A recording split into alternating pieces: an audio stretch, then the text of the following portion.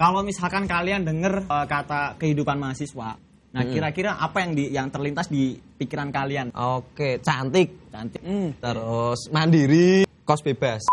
Apa yang dirasakan ketika mengalami 3 fase? Semester 1, 2 itu aku mahasiswa kupu-kupu banget sih. Tahun kedua di semester 3 dan 4 itu kok dunia aku kok kayak gini ya.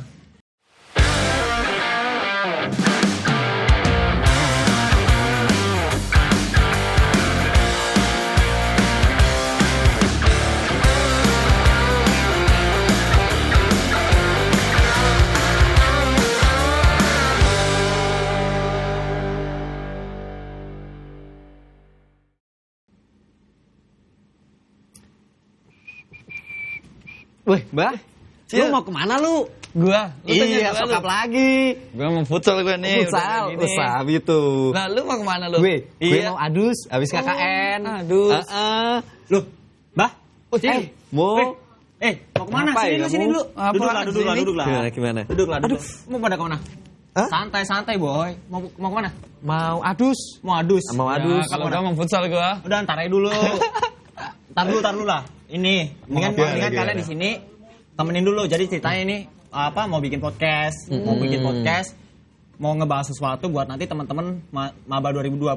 Oh, buat maba nih. Buat Boleh. Nah, cuma Seru nih, sebelumnya kita sapa dulu ke maba. Halo semuanya, selamat datang di CSKB. Cerita suka kadang bermakna. Pakai H. Nah, jadi penonton. di sini kita nanti bakalan ngobrolin tentang kehidupan mahasiswa nih bareng 2 teman kita yang ada di kanan kiri saya ini. Nah, sebelumnya pengen kenalin mereka dulu nih. Yang di sebelah kanan saya ini namanya Rizal Saifullah alias Halo. Pucil. Di sebelah kiri saya ini ada Rizal Iksanul Huda alias Simba, dan saya sendiri Reza Ilmu Takin alias Komo. Nah, tapi nggak pakai Ricky ya. Dan ini bukan acara tandingan katakan putus, katakan balikan, katakan apapun, enggak sih. Ini kita bakalan, ini CSKB ya. Ini kita nanti bakalan ngobrolin soal lika-liku mahasiswa. Lika-liku mahasiswa Nah, ya. jadi ini podcast eksklusif banget dan limited edition banget buat kalian semuanya, teman-teman maba 2020. Ini baru Spesial pertama berarti Spesial ya? banget. Ini Spesial. baru pertama kali dan satu-satunya. Jadi nanti nggak bakalan ada podcast lagi nih setelah ini. Oh. Nah, di sini nanti kita bakalan ngobrolin yaitu tadi soal lika-liku mahasiswa. Nah, tapi sebelumnya aku pengen tanya dulu nih sama Simba sama Pucil nih. Bentar. Apa? Ini ngerasa nggak sih lightingnya kurang nih?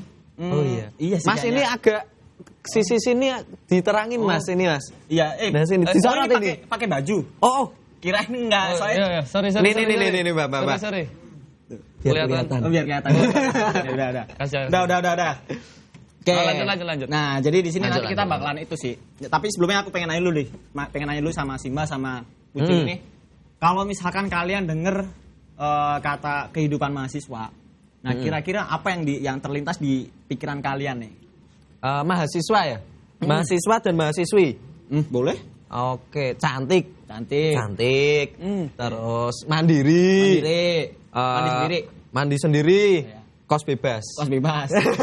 Kalau Mas Simba? Kalau aku tentang mahasiswa ya, karena saya itu kutu buku ya. Kebetulan saya kutu buku. Oh, iya, kutu ya, jadi kalau mahasiswa itu belajar, nongkrong, belajar lagi, repeat pokoknya. Oh, repeat. Udah. Keren. Tapi pengen nanya dulu nih, kenapa yang dipikirannya Pucil nih cantik? Kayak gitu. Apa alasannya nih? Alasannya ya, Bu? Buaya dia mau. Oh, buat. Punya pacar berapa? Sempet purun. Kalau- Enggak kalau jadi kemarin- sih, enggak oh, jadi oh. punya sih. Enggak jadi punya. Enggak jadi punya. Kalau kata kabar burung yang beredar sih Pucil emang gebetannya banyak. Cowok, cewek ada semua. Gitu Enggak, kan. Nah, kenapa nih? Kenapa cewek? Kenapa cewek Kenapa gitu cantik? ya? Kenapa cantik? Kenapa cantik? Kenapa cewek gitu ya? Karena jujur saya tuh dari SD itu saya sekolah di SD yang konservatif gitu, Mo. Jadi oke. SD itu karena saya itu nggak diajak, jadi nggak campur, cowok sendiri, cewek sendiri gitu. Jadi saya dari SD sampai SMP bahkan SMA buat ngobrol sama lawan jenis tuh bener-bener nggak bisa aku mau. Jadi buat misalnya aku ketemu orang gitu kan, aku kenalan, ngobrol, basa-basi, hahaha, nggak bisa. Nah, itu kenapa kok di pandanganku, wah kuliah itu cantik-cantik, karena emang dari sekolahku tuh ya sekolah yang gitu loh, yang saklek gitu. Jadi ketika aku pertama kali kuliah nih, wah cantik-cantik gitu. Soalnya jujur di sekolahku tuh nggak ada yang pakai rok pendek gitu. Sekolahmu laki-laki semua, Boh? Enggak, cewek cowok tapi dipisah. Oh, dipisah. Terus Oke. Berarti kalau aku boleh menyimpulkan yang ada di benak Kucil kalau misalkan dengar kata soal mahasiswa nih, itu adalah soal fase kehidupan yang baru. Ya, Berarti di bener. situ kayak soal Kucil dia pengen menekankan bedanya antara siswa sama mahasiswa. Nah, bener Ya, banget, Mo. oke. Soalnya nambah lagi ya, Oke, Mo. oke. Soalnya yang bener-bener terasa nih semenjak aku menjadi mahasiswa gitu, selain aku bisa ngobrol sama cewek gitu ya. Iya. Nah, di situ aku punya sisi di mana aku tuh berani ngobrol sama orang lain, terus aku berani terbuka menyampaikan pendapat. Nah, soalnya percuma juga nih kita mikir, kita punya ide, kita punya pendapat tapi nggak bisa menyampaikan. Nah, gitu. itu sih. Jadi poinnya mungkin di situ sih, Mo. Aku. Oke, berarti kalau misalkan kalau dari Kucil sendiri pada intinya kalau aku bisa menyimpulkan ya, ada fase kehidupan baru yang di situ bener-bener membedakan antara kehidupan siswa dulu sama kehidupan di mahasiswa, dan di situ kayak bakalan kalau Mas Kucil sendiri dapat dorongan buat berani ngomong, berani speak up. ngomong. Oke. Ya, Kalau Simba sendiri gimana nih? Kalau aku tadi kan bilangnya belajar, Nongkrong, belajar nongkrong. Repeat, oke. Jadi kalau istilah saya itu kita kan sebagai mahasiswa itu dilatih bagaimana cara kita berpikir, bagaimana cara kita menyampaikan sudut pandang kita, gitu sih. Jadi bagaimana kita lebih diajak untuk belajar, nggak cuma di sekolah. Kalau mungkin di sekolah kan cuma di lingkungan sekolah mungkin kita belajar. Tapi kalau di kampus kita bisa belajar di tempat nongkrong, di lingkungan kampus. Pokoknya lebih fleksibel lah. Oh, Kalau gitu. aku lihatnya kayak gitu. Oke. Berarti kalau di sini kalau aku menyimpulkan kalau dari Simba sendiri di situ menekankan cara belajar yang beda. Dimana kalau dulu waktu zaman-zaman SMA tuh biasanya belajar tuh ya cuma di sekolah gitu kan. Karena emang kita bener-bener dari jam 7 pagi biasanya sampai jam 2 siang kalau SMA kan. Itu kita benar-benar harus belajar, harus berkutat dalam satu sebuah pembahasan akademis yang formal banget gitu kan. Tapi kan kalau di kehidupan kuliah ini kita punya waktu yang lebih fleksibel, kita bisa aja kuliahnya Jadwalnya bisa ngatur sendiri, jadwalnya bisa kan? ngatur sendiri, makanya itu juga. Tapi kita nggak bisa seslow itu, kita punya tanggungan, makanya kita juga harus belajar di luar. Oh, mungkin kayak gitu ya. Oke, nah sebelumnya mungkin teman-teman juga perlu tahu juga kalau di kanan kiri saya ini, kalau Kucil ini kebetulan sekarang di periode kepengurusan organisasi mahasiswa ini dia sebagai ketua himpunan. Jadi ini ketua himpunan mahasiswa ekonomi pembangunan 2020. Kalau Mas Simba ini dia sebagai wakil ketua BEM FEB 2020. Nah, artinya di sini memang kebetulan banget sih kita tadi papasan di depan, terus mereka juga mau join ke podcast kita. Makanya nanti bisa ngalirnya lebih enak karena mereka emang orang yang kalau menurut aku expert soal kehidupan mahasiswa kan.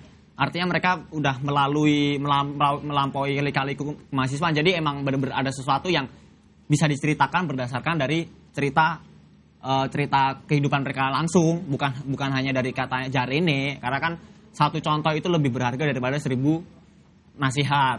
Tapi gitu emang kan. kita tadi papasan emang di skenario apa? Ya, skenario sih. Oh, skenario ya? Apa nih? Skenario. Oh, berarti skenario tadi ya? Oh, berarti aku dibohongin. Keluarkan itu kata-katanya. Itu yang dibohongin. Nanti tolong ditit gitu ya.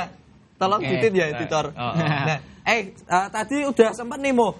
Kamu ngebahas tentang kehidupan di masa perkuliahan gitu ya. Aku udah nyampein gimana sih dulu tuh aku dari mahasiswa menjadi dari siswa menjadi mahasiswa, Simba juga. Nah, kalau dari kamu nih, kamu di sini kan kebetulan juga sebagai Komting 2017, di mana Komting itu komandan tingkat atau istilahnya ketua angkatan lah. Nah, kamu pasti punya banyak cerita dari awal kita maba itu gimana, atau sebelum kita masuk kampus itu gimana sih cara mendekatkan banyak orang baru dari berbagai daerah, suku, agama, dan budaya yang berbeda-beda itu nanti bisa melebur menjadi satu kesatuan ekonomi pembangunan. Nah, itu gimana? Soalnya gini, aku ngerasain sendiri sih kalau emang berbeda suku, budaya, ras itu kayak susah, masternya tuh susah. Ya, mungkin dari ini, Komo nih. Oke. Aku komandan tingkat nih. Oke, kalau dari aku sendiri, kalau kita ngomongin soal persatuan ya, kita ngomongin soal istilahnya ya menyatukan teman-teman kita. Sebenarnya kuncinya cuma satu sih kalau aku, kita emang nggak bisa nurutin kemauan dari setiap kepala yang ada di sekitar kita. Jadi misalkan di angkatan kita kan, angkatan ekonomi pembangunan 2017, ekonomi pembangunan angkatan 2017 itu kan ada 150-an mahasiswa sekitar segitu. Kita nggak bisa dong nurutin 150 kepala itu karena kita punya kemauan yang beda-beda gitu kan. Nah, kita kalau dari aku sih selama ini sependek pengalamanku sejauh ini kuncinya cuman gimana caranya kita ngertiin kemauan mereka pertama, yang kedua kita membangun kesadaran di mereka bahwa kita ini nggak bisa hidup sendiri. Makanya di sini kita juga harus kadang-kadang harus ngalah, kita nggak bisa nurutin kemauan kita sendiri, kita harus ngikutin kemauan orang lain juga. Kalau misalkan itu buat kebaikan bersama, jadi kita nggak bisa maksain gitu kan. Kalau menurut aku sih kayak gitu. Terus kalau misalkan kalau ditanya apa sih yang terlintas di pikiranku ketika kita ketika dengar kata mahasiswa gitu kan. Kalau aku sih yang terlintas di benakku sendiri satu kata, soal kedewasaan. Nah, dewasa dalam artian apa nih? Apa kedewasaan film yang ditonton atau minuman yang dikonsumsi? Minuman atau dewasa. Apa ini dewasanya? Minum boleh diminum boleh. boleh. Ya kebetulan aku puasa, cuman aku ya nyobalah. Ntar pas minum sorry, minum dulu biar kuat puasa sampai maghrib. Oke. Ini airnya putih ya guys. Enggak, bening. Oh iya. Di studio baru imsak. Oke. Jadi kalau kita ngomongin soal kedewasaan ya, kalau dari aku sendiri maksudnya gini. Mungkin kayak nyambungin yang di apa namanya diomongin sama Pucil sama Simbah tadi itu. Kalau Pucil, nah tadi intinya kedewasaan itu adalah kita ketika kita jadi mahasiswa, masa transisi dari siswa ke mahasiswa di usia sekitar 17, 18, 19 tahun itu orang lagi ngalamin fase kehidupan yang namanya krisis jati diri. Oh iya, Artinya, karena aku sempat baca nih Mo. Itu namanya singkatannya QLC. Nah, Quarter Life crisis. bener. Pinter juga Quarter lu. life crisis. Oxford. Nah, Harusnya. oh maksudnya Cabang Jogja. Cabang Jogja. Maksudnya suka nyetak kamus Oxford. Oh. Rara. Oke, lanjut ya. Kalau kita ngomong, nah itu tadi soal apa namanya, kita lagi ngalamin yang namanya krisis jati diri, dimana kita lagi nggak ngerti kita tuh sebenarnya itu siapa, gitu loh. Nah, kenapa terus apa hubungannya sama mahasiswa gitu kan? Nah, awal kehidupan mahasiswa itu kita nanti itu adalah fase yang tepat buat kita kayak ngebentuk mindset kita, ngebentuk karakter kita, gitu kan? Jadi nanti kedepannya kita nanti jadi punya prinsip. Yang bahaya itu adalah bukan sebenarnya kalau misalkan orang punya apa ya istilahnya persepsi berubah-ubah nggak masalah, tapi yang jadi masalah adalah ketika prinsip itu berubah-ubah kayak gitu. Nah itu fase yang masa yang paling tepat buat ngebentuk itu kalau menurut aku adalah ketika mereka jadi mahasiswa, transisi dari siswa ke mahasiswa itu. Makanya ada alasannya juga kenapa mahasiswa itu ada kata maha yang disematkan di depan kata siswa, padahal kita sama-sama pelajar. Dari SD sampai SMA kan kita dipanggil siswa. Waktu kita lulus, kita dipanggilnya mahasiswa. Ada penyematan kata maha karena emang di sini kita dianggap sebagai siswa tingkatan yang lebih tinggi. Karena emang kalau menurut aku emang itu di usia kita awal mahasiswa itu juga kita punya kemampuan untuk berpikir secara lebih dewasa, berpikir lebih matang. Kita juga bisa bersikap lebih matang. Makanya mungkin teman-teman nanti kalau misalkan udah jadi mahasiswa bakalan ngalamin semuanya itu serba sendiri-sendiri. Walaupun teman-teman yang misalkan di Jogja gitu kan kuliah di UPN masih tinggal sama orang tua, tapi nanti ketika ada masalah di kampus, teman-teman mungkin bakalan jadi kayak ngerasa nggak bisa ngadu ke orang tua, jadi emang benar-benar harus ngalamin sendiri. Makanya kesimpulannya kalau dari aku intinya soal kedewasaan tadi itu adalah kita bebas mau ngelakuin apapun yang kita mau. Tapi kita nggak bebas buat nentuin konsekuensinya. Kayak gitu. Contohnya misalkan kita lapar nih. Pilihannya adalah kita mau makan atau kita diem aja. Kita nggak bisa dong kita GoFood aku. Nah itu kan kita makan. Kan jadi makan. Iya. GoFood tapi tetap diem. Nah, tetap diam itu. Nah, itu kan berarti nggak jadi makan nih, ya kan? Sama aja kan, ya kan makan. Kan diem. Kecuali pakai infus. Gitu Terus kan. gini mau. Kan kalau kita SD, SMP, SMA itu namanya apa? Siswa. Terus kalau kita kuliah itu mahasiswa. Terus kalau kita udah lulus kuliah, purna mahasiswa apa? Bisa dibilang gitu nggak? Ya tergantung apa yang kalian geluti. Kan bisa kalian jadi mahasiswa S2, bisa jadi pekerja, bisa jadi guyon. Nah, itu tergantung kalian. Mungkin sebentar. Ini terlalu melebar nih. Kita kerucutkan lagi nih. Nah, tadi Komo udah sampai sempat nih nyinggung mengenai kita tuh harus kita sudah mandiri. Kita jauh dari orang tua dan sebagainya gitu. Nah, menurutmu Nimo, kamu sebagai komting pernah nggak sih punya pengalaman misal ya yang mencerminkan bahwa kita itu harus solid, kita tuh harus peduli satu sama lain gitu. Misal temenmu nggak bisa berangkat kuliah tepat waktu karena banyak bocor. Nah terus kita tuh harus jemput. Nah soalnya aku pernah. Gitu. Jadi temanku tuh tiba-tiba nelponin berkali-kali kan. Ternyata dia tuh mau ujian. Nah dia mau ujian harian gitu loh. Nah motornya itu mogok, soalnya dia kempes, bocor bannya. Nah terus nelpon nih, nah terus tak samperin. Nah alhasil ya kita telat, cuman karena kita berani ngomong nih ke ibu dosen karena alasan tertentu nih kita nggak bisa tepat waktu, kita dikasih tambahan waktu. Nah itu kan mungkin salah satu contoh kepedulian nih. Nah kalau kamu sendiri nih kira-kira selama hampir 3 tahun 4 tahun ini ya sebagai mahasiswa di EPUPN tuh pernah nggak sih punya pengalaman yang mungkin sama nih kayak kita gitu, kayak aku nih. Oh oke. Sebenarnya kalau dari aku mungkin banyak ya, tapi mungkin banyak yang lupa juga. Tapi ada satu pengalaman yang menurutku itu penting buat diceritain sama orang biar orang ngerti. Oh poinnya itu di situ.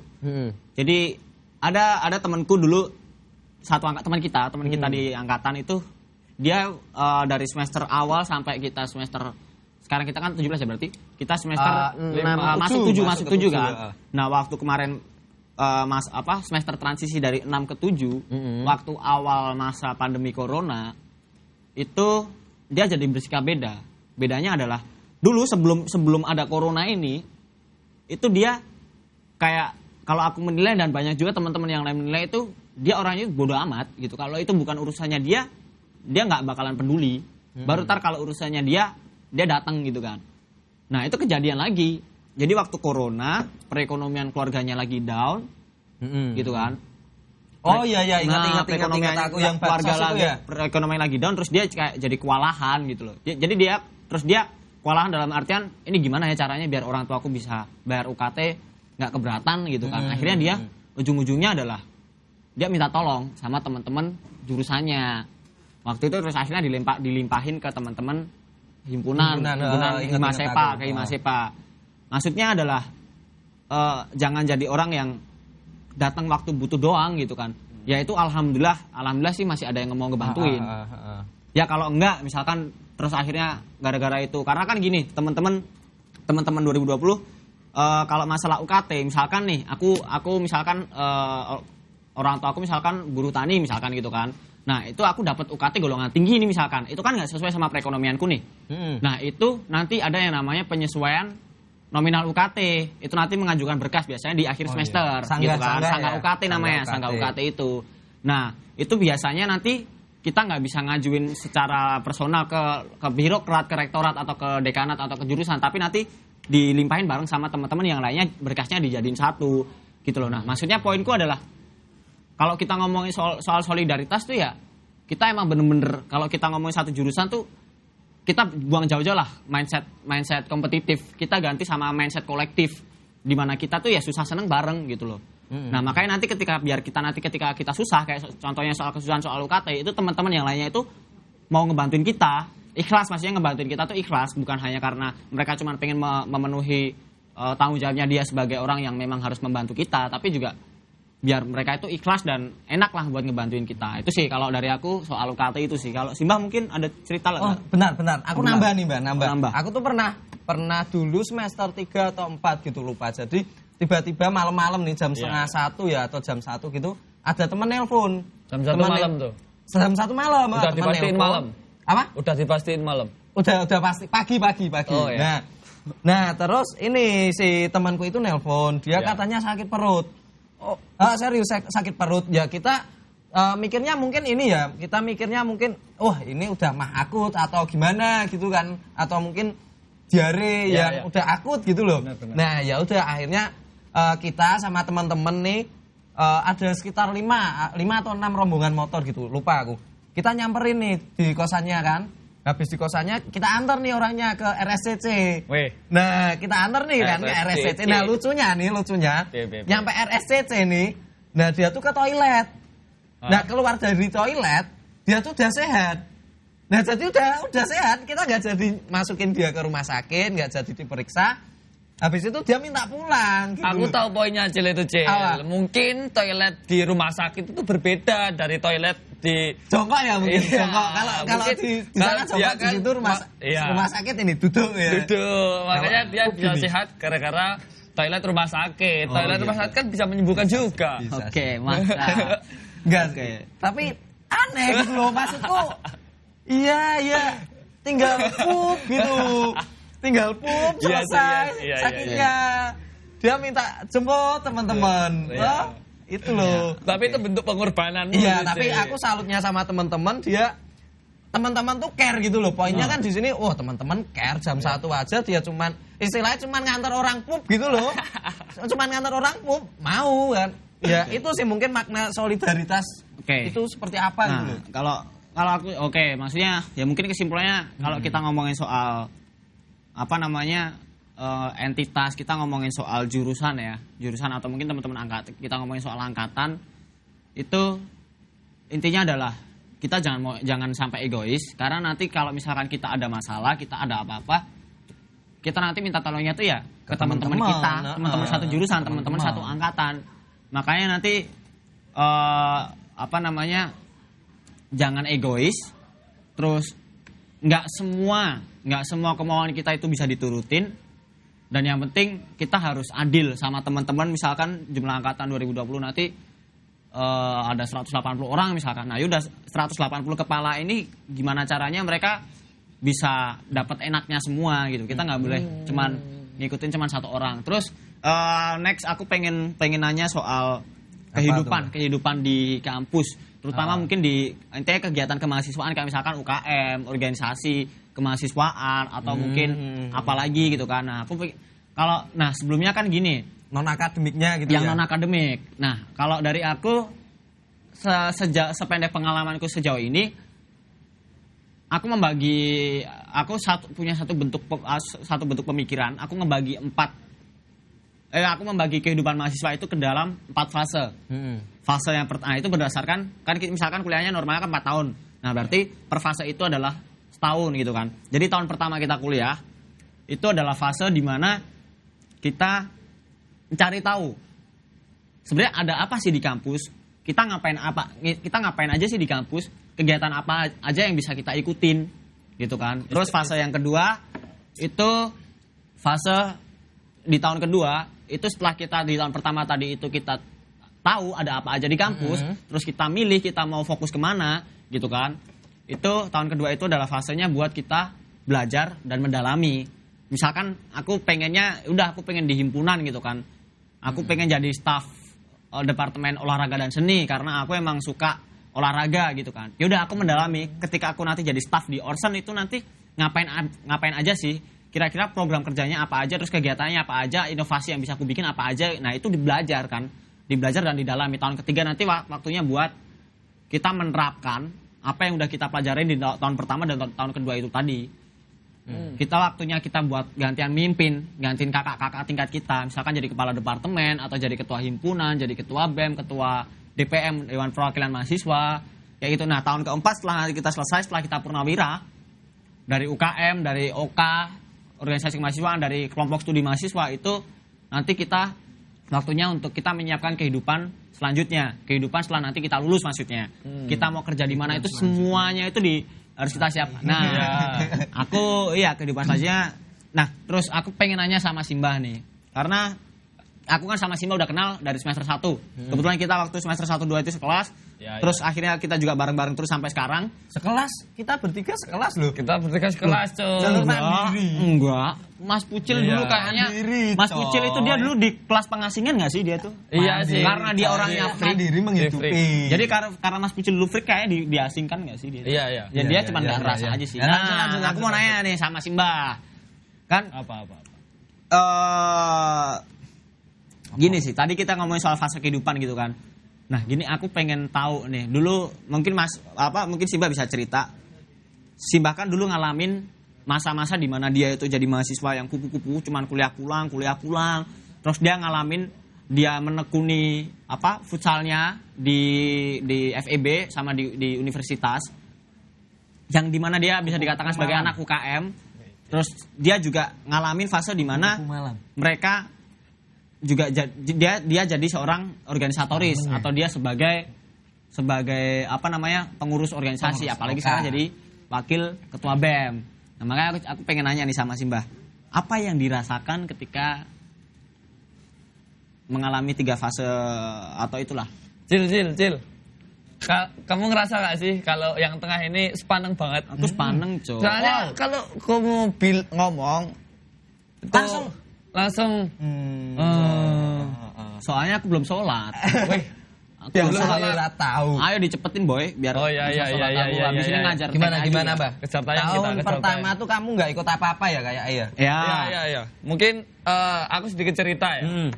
Aku tahun pertama itu semester 1-2 itu aku nggak ikut. Bukannya nggak ikut kelas loh aku tetap ikut kelas. Tapi Terus. TA neng aku. Jangan membuka.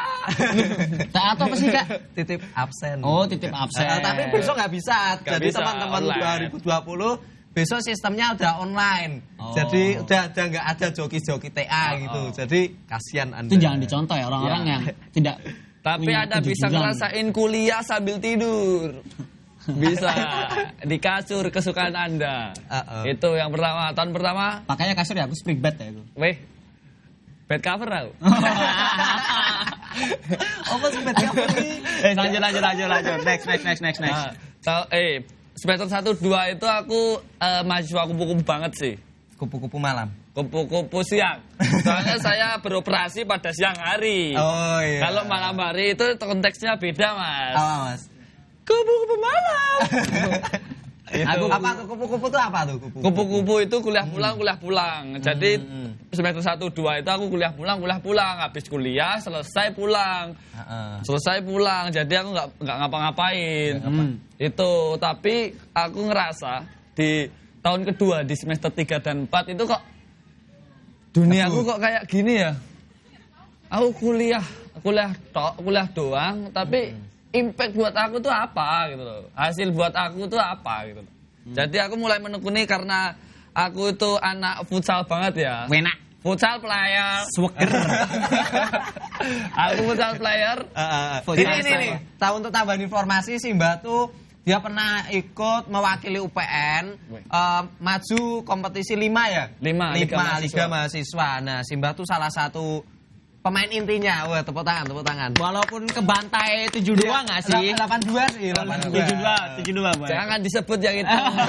Prestasinya aja. Oke, siap. Ayo next. Itu tahun kedua di semester 3 dan 4 itu aku mulai ikut UKM. Karena UKM apa? Unit kegiatan mahasiswa. Jadi minat dan bakat kita itu bisa tersalurkan di situ. Kalau kayak kita mau tari, bakat kita tari, kita ikut UKM seni. Kalau zaman SMA namanya ekskul ekstrakurikuler. Ekstrakurikuler, bener sekali Mas Komo. Jelas lah. Lanjut. Terus kalau paskib ada ya paskib ya Ada paskib. Oh, Masnya dulu Paskib. Aku juga mantan paskib dulu. Pantesan, Mas. Dulu saya ikut. Gak pakai baju bawa ini, Mas. Astagfirullahaladzim. Terus. Saya pakai baju tapi emang ini bajunya Lengan panjang. lengan panjang. Ya, bisa. Lanjut, Mas. Terus kalau ikut paskibra SMA-nya bisa ikut menwa. Menwa. Bisa. Itu sih. Jadi aku tahun kedua di semester 3 dan 4 itu mendalami minat dan bakatku. Ikut futsal dan akhirnya aku ya ikut kompetisi. Itu sih. Tapi pas tahun kedua kok circleku kok di sini aja. Aku SMA itu futsal, terus kuliah juga futsal. Kok circleku kok cuma anak-anak futsal doang gitu loh.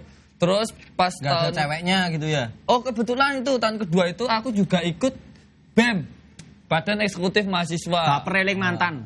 Baper eling mantan ya oleh. Ngene ya, Itu. Jadi BEM itu kenapa aku ikut BEM? Awalnya juga gara-gara futsal karena aku dulu itu pengen pengen futsalnya di FEB, di EP itu bagus gitu loh. Soalnya kebetulan kita juga pernah menjuarai ini ya. Apa itu yang liga fakultas FEB? Dekan Cup. Dekan Cup. FYI aja itu buat Dekan Cup EP itu udah 2 kali juara dan berturut-turut. Kalau nggak pandemi dan ada Dekan lagi kita pasti ketiga. treble winner. 3 kali berturut-turut. Ketuanya kaptennya saya dan manajemennya Mas Bucil. Itu. Terus Aku wasitnya. itu terus yang ketiga itu bagaimana kita menjadi mahasiswa yang bisa diterima oleh semua orang. Itu loh. Yang Jadi, menyampaikan aspirasi pendapat, keinginan gitu lah ya. Benar-benar. Makanya aku pas tahun kedua itu ikut UKM sama BEM. Terus tahun ketiga itu alhamdulillahnya gara-gara jiwa untuk aku Asik. mengabdi ke masyarakat. Ke masyarakat ini salah satunya ke mahasiswa. Mahasiswa FEB. Iya. Kan itu. Jadi makanya aku ikut apa? ya, rodok grogi. Itu. Jadi pas tahun ketiga aku memutuskan untuk mencalonkan diri dan akhirnya keterima sebagai Mencalonkan diri sebagai apa dulu nih dijelasin. mencalonkan diri sebagai wakil gubernur BEM FEB. Wakil ketua BEM FEB alias wakil gubernur. Iya. Dan menang. Alhamdulillahnya menang karena enak. kelamaan kotak kosong. Enak. Oke, Itu sih keren kalau dari aku Keren, tentang keren. mahasiswa kupu-kupu UKM Terus, organisatoris. nah berarti kan di sini Cerita singkat gitu lah. cerita singkatnya kayak gitu. Gimana gitu. Teman-teman nanti kalau misalkan masih pengen ngobrol lebih lanjut, maksudnya gimana sih caranya biar bisa jadi ketua BEM, jadi ketua himpunan atau wakil ketua BEM, wakil ketua himpunan dan lain sebagainya itu nanti bisa kalau ada waktu bisa ngobrol sama mereka sih, nggak harus nggak harus waktu di kelas atau kayak gimana atau waktu di kampus. Teman-teman bisa ngajak mereka nongkrong sebenarnya juga kan. Nah, tadi kan cerita dari Simbah. Nah, sekarang dari Mas Pucil. Dari Mas Pucil. Kayaknya buat Mas Pucil. Iya, kayaknya Mas Pucil ini loyalitas terhadap Nah. jurusannya ini itu sangat kenceng. Gini, Kenceng, nah ya. makanya Kenceng. seorang ketua himpunan itu kalau menurut aku berarti udah menyerahkan jiwa dan raganya itu buat jurusan ya kan. Selama dia aktif di kampus gitu kan. Tapi Nah, pacarnya juga dikasih ke pacarnya juga dikasihin ke teman-teman jurusan. Maksudnya gimana ya ngomongnya? Aduh, takut salah persepsi. Ntar miskonsepsi, ntar jadi berantem gitu kan. Jelas mengaku. Udah jelas Oke, kok, udah sekarang, berantem. nah, kalau menurut Mas Pucil nih, kalau kita ngomongin soal loyalitas buat jurusan, Loyalitas. ada nggak ya. sih itu nanti apa ya istilahnya hubungannya sama ketua himpunan nih? Atau kenapa Mas Pucil mau jadi ketua himpunan itu ada alasan tertentu nggak sih? Oke. Selain soal pengalaman, Iya, soal iya, itu ya, iya. itu yang ada kaitannya sama jurusan deh. Yang ada kaitannya sama jurusan gitu ya. Oke. Yoks. Berawal dari ini sih kalau aku mau Mimpi. Jadi iya berawal dari mimpi. Serius. Tapi Serius. jadi Serius. dulu kita di semester ini awal kita tuh ya tahu sendiri lah bagaimana sih proses pengkaderan dan ospek di ekonomi pembangunan itu gitu. Nah, berangkat dari hal tersebut yang mungkin hal yang sudah basi, udah kuno, udah jangan nggak bisa terapin lagi ke anak-anak zaman sekarang itu masih diterapin gitu. Nah, akhirnya kepercayaan teman-teman ke himpunan itu hilang, bener-bener hilang. Bahkan angkatan 17 itu buat nongkrong di taman, terus mau ke masjid nih kan harus putar balik dan sebagainya. Nah, aku kuliah di kampus yang seperti apa gitu loh. Rasanya kayak wah, kampus ini tuh Hambar banget. Kita nggak ada apa ya kecocokan gitu loh antara himpunan yang menaungi jurusan dengan masyarakat jurusannya gitu. Nah, berangkat dari situ akhirnya kasih micin biar gak hambar. Wena. Iya, makanan lanjut. Gerkum. Oke, Lanjut. Jadi gini, terus akhirnya saya memutuskan buat daftar ke himpunan. Nah, awal daftar himpunan saya masuk ke departemen PSDM, sumber daya mahasiswa, itu pengembangan sumber daya mahasiswa. Nah, di situ singkat cerita saya menemukan hal-hal apa sih arti loyalitas. Nah, saya menemukannya itu di organisasi tersebut gitu, Mas. Saya ambil contoh gini. Saya tuh sempat, jadi waktu itu kita harus kejar target buat kita ngadain proker unggulan nih, gede namanya, gede exhibition yang udah disampaikan Bu dosen tadi kan di awal segmen di segmen talk show. Nah, itu tuh kita masih kurang banyak duitnya. Alhasil kita harus mengumpulkan baju-baju nggak terpakai teman-teman yang itu tuh masih bisa dimanfaatin. Nah, buat ngejual barang-barang tersebut kita tuh harus ke daerah Jakal, Pasar Pakem, sama pernah juga ke Solo. Oh enak. Nah, tapi kita harus berangkat pagi. Jadi waktu itu kita kumpul di titik kumpul jam 3 pagi, lalu kita ke Jakal, ke Pasar Pakem itu. Soalnya apa? Kita ngejar jam 5 itu harus ngejual barangnya. Nah, mungkin itu sih salah satu contoh loyalitas. Akhirnya saya menemukan makna nih. Kuliah itu kita harus loyal terhadap jurusan, terhadap teman, terhadap apa. Karena lewat itu kita bisa menerima kebaikan gitu, Mut. Contohnya nih, aku loyal kalau sama teman. Contohnya nih, teman minta bantuan jawaban. Maksudku gini, ini aku udah sensitif, udah ujian kan, aku udah ujian atau mungkin aku udah ada tes atau PR gitu. Nah, kurang lebih tipe soalnya tuh pasti mirip. Meskipun diganti ya, tipe soalnya tuh mirip. Bukan mirip lagi, Mas Puji. Biar kelihatannya gitu loh, kelihatannya tuh masih baik gitu loh, Mbak. Kan. Nah, ya udah, aku kadang bagi ke teman-teman. Kalau aku udah dapat dari teman, loyal soalnya. Loyal. Nah, itu loh. Jadi sebenarnya aku juga nggak ngerjain. Aku dapat dari teman, ada teman minta tak kasih gitu. Berarti bisa jadi teman yang tak kasih itu besok kasih aku gitu loh. Berarti Anda itu tangan kedua. Tangan kedua. Yang Anda kasih itu tangan ketiga. Iya. Nah gitu. Itu sih mungkin contoh-contoh simpelnya mau loyal itu. Jadi loyal ke teman. Jawaban gitu. Itu muter tadi. Muter. Iya. Baik-baik tangannya, ada tangan ketiga. Gitu sih mau kalau loyalitas gitu. Seru sih kalau loyal itu. Menarik sih sebenarnya kalau kita ngomongin soal kampus. Artinya kalau menurutku ya, kampus itu nggak melulu soal berpikir serius. Kita nggak melulu soal sesuatu yang memberatkan, tapi juga nggak melulu soal seneng-seneng. Maksudnya, tak pikir di kampus itu balance. Sama halnya ketika, jadi kan kebetulan aku dulu juga di BEM di periode sebelumnya. Waktu teman-teman waktu itu ada yang nanya, di BEM sama di himpunan, di BEM FEB sama di himpunan mahasiswa EP lebih berat mana sih tugasnya kalau aku jadi staff gitu kan. Jawabanku simple, lebih sibuk mana itu nggak melulu dipengaruhi sama tingkatan organisasinya. Kalau BEM FEB kan dia tingkatannya sefakultas, kalau himpunan kan sejurusan. Belum tentu di himpunan itu lebih santai daripada di BEM. Karena apa namanya, itu balik lagi sih kalau menurutku ya nggak sih, balik ke rahmatullah. Balik ke rahmatullah. Mokat no mas. Maksudnya mau aja sepandeng kalau maksudnya balik ke apa namanya, jadi lupa kan. Ada rahmatullah ini tadi gitu. Enggak, balik ke tujuan. Orientasi kalian waktu ikut OKT apa sih? Waktu ikut organisasi itu apa sih? Kayak gitu kan.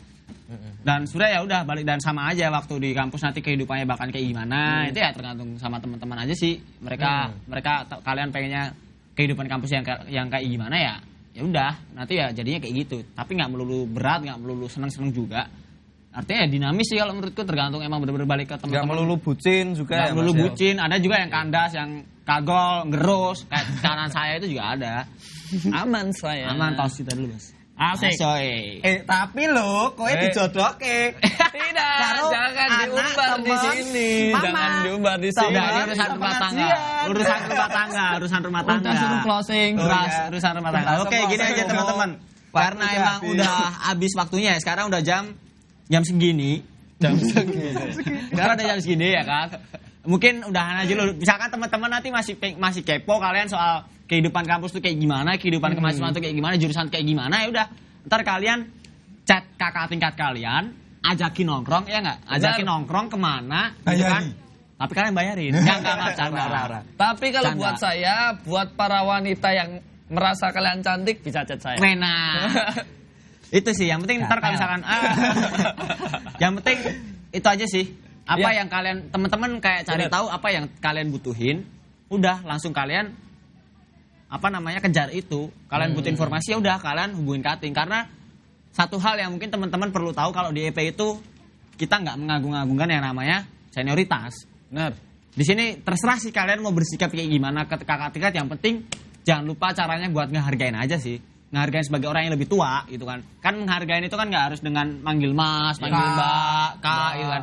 Artinya, nunduk. nah, Enggak, kalian punya enggak. cara kalian sendiri yang mungkin itu bisa diterima sama setiap orang gitu kan. Jadi asal kalian ngerti itu udah slow sih ya nggak? Benar-benar. Dah. Dan Terus, akhirnya Akhirnya kita selesai juga. Nanti sampai ketemu di podcast berikutnya. Oh, enggak nih kan ini kan iya, cuma sekali. Ini kan cuma satu doang podcast yang nggak jadi yang. Tapi siapa tahu nih ini laku kan. Kita bikin lagi. Oh gitu bikin lagi. terus gini karena kita belum briefing closing nih ya. Enaknya gimana?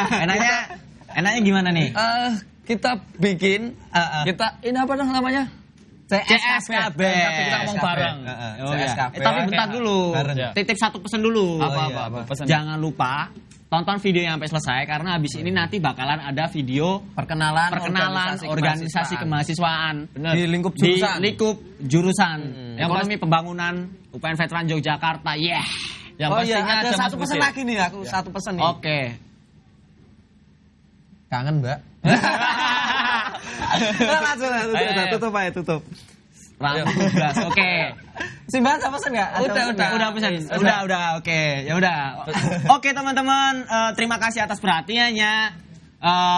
Terima kasih karena udah menyaksikan CSKB sampai selesai. Sampai jumpa di versi-versi CSKB. Apa itu CSKB? Cerita suka kadang bermakna. Pakai H. pakai H. Oke, yaudah. Terima See you kasih. semua ya.